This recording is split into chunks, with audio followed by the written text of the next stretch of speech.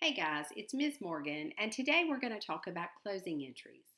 Closing entries happen after the financial statements are made at the end of the year. So, to understand closing entries, you need to understand permanent accounts and temporary accounts. So, permanent accounts are your balance sheet accounts. Okay? So, these are your assets, your liabilities, and your owner's equity capital accounts. Now, your temporary accounts are the accounts that you're going to close at the end of the year. These are your income statement accounts. So these include revenues and expenses. And temporary accounts also include your owner's drawing accounts. Now, if you think about it, these three accounts keep up with things that happen during a particular year. Revenues represent money that you earn during the year. Expenses represent all the cost of doing business during one particular year. And drawing represents all the money that the owner took out during a particular year. And so these are closed at the end of the year. They are zeroed out so that at the beginning of next year, you will start keeping up with these three items for the next year. So when you close these accounts, you're going to use a new account called Income Summary, and sometimes that account is called the clearing account because you're going to use this account, Income Summary, to clear out those temporary accounts or to close out those temporary accounts. So let's look and see how this works. Now I've drawn some T accounts over here, so let's talk about these for just a minute. First of all, I created a very simple income statement. Revenues for the year were $3,000, and as you know, revenues have a credit balance, so I'll put it on the credit side. Expenses for the year were $1,000.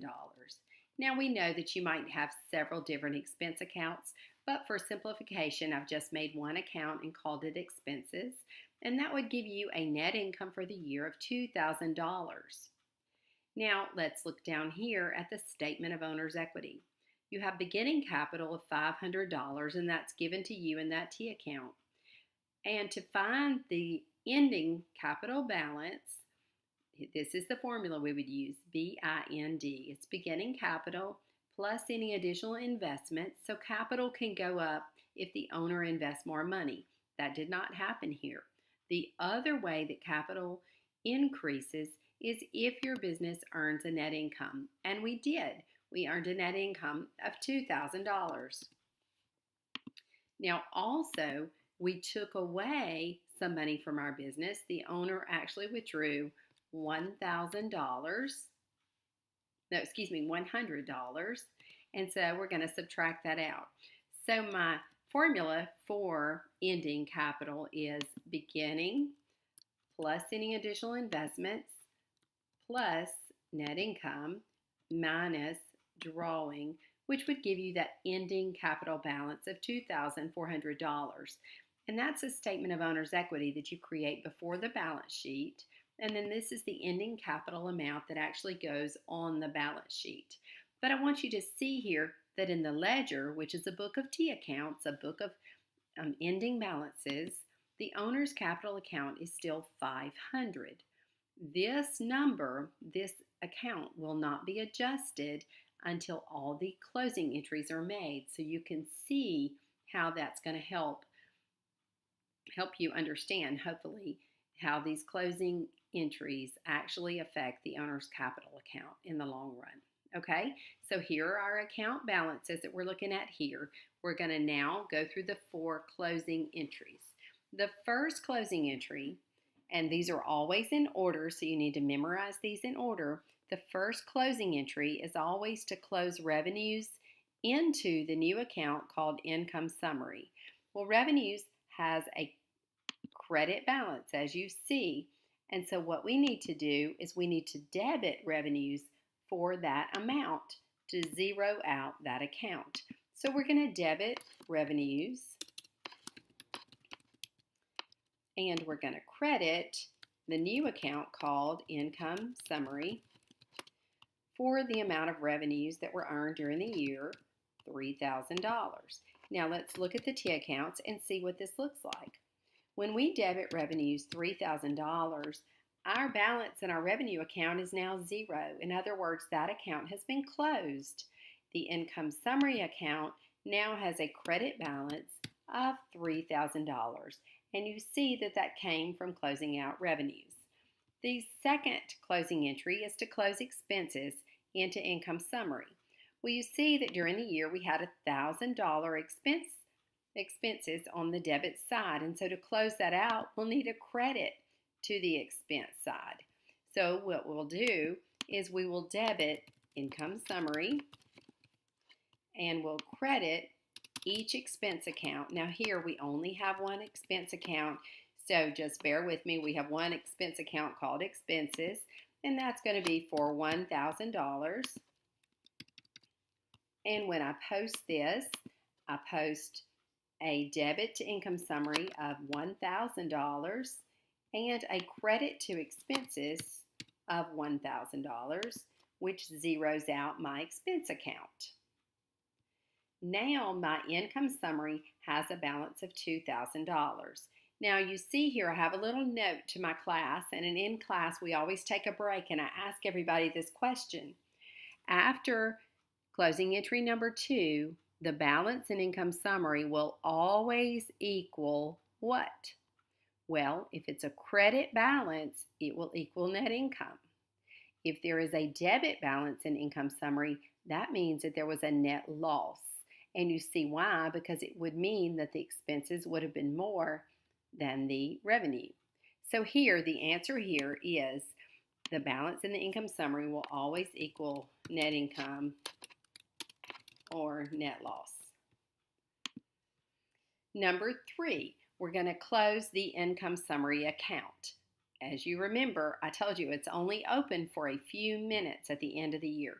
So we're going to actually close this account now. You see that we have a $2,000 credit balance. So what we'll do is we will debit income summary to close that out, and you read that we close it into the owner's capital account. And so we debit income summary for $2,000 and we credit capital for $2,000. When we do this, we debit income summary for $2,000, and I probably need another place here, but that actually zeroes out that account. And I credit the owner's capital account by $2,000, which adds to the owner's capital account. The last closing entry is where we're going to close drawing into capital. Why do we close drawing? Because it is a temporary account and it must be closed at the end of the year. You see here that drawing has a debit balance, so we need a credit to close that account.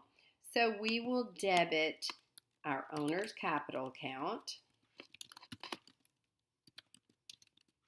for $100, and we will credit drawing, the owner's drawing account, for $100.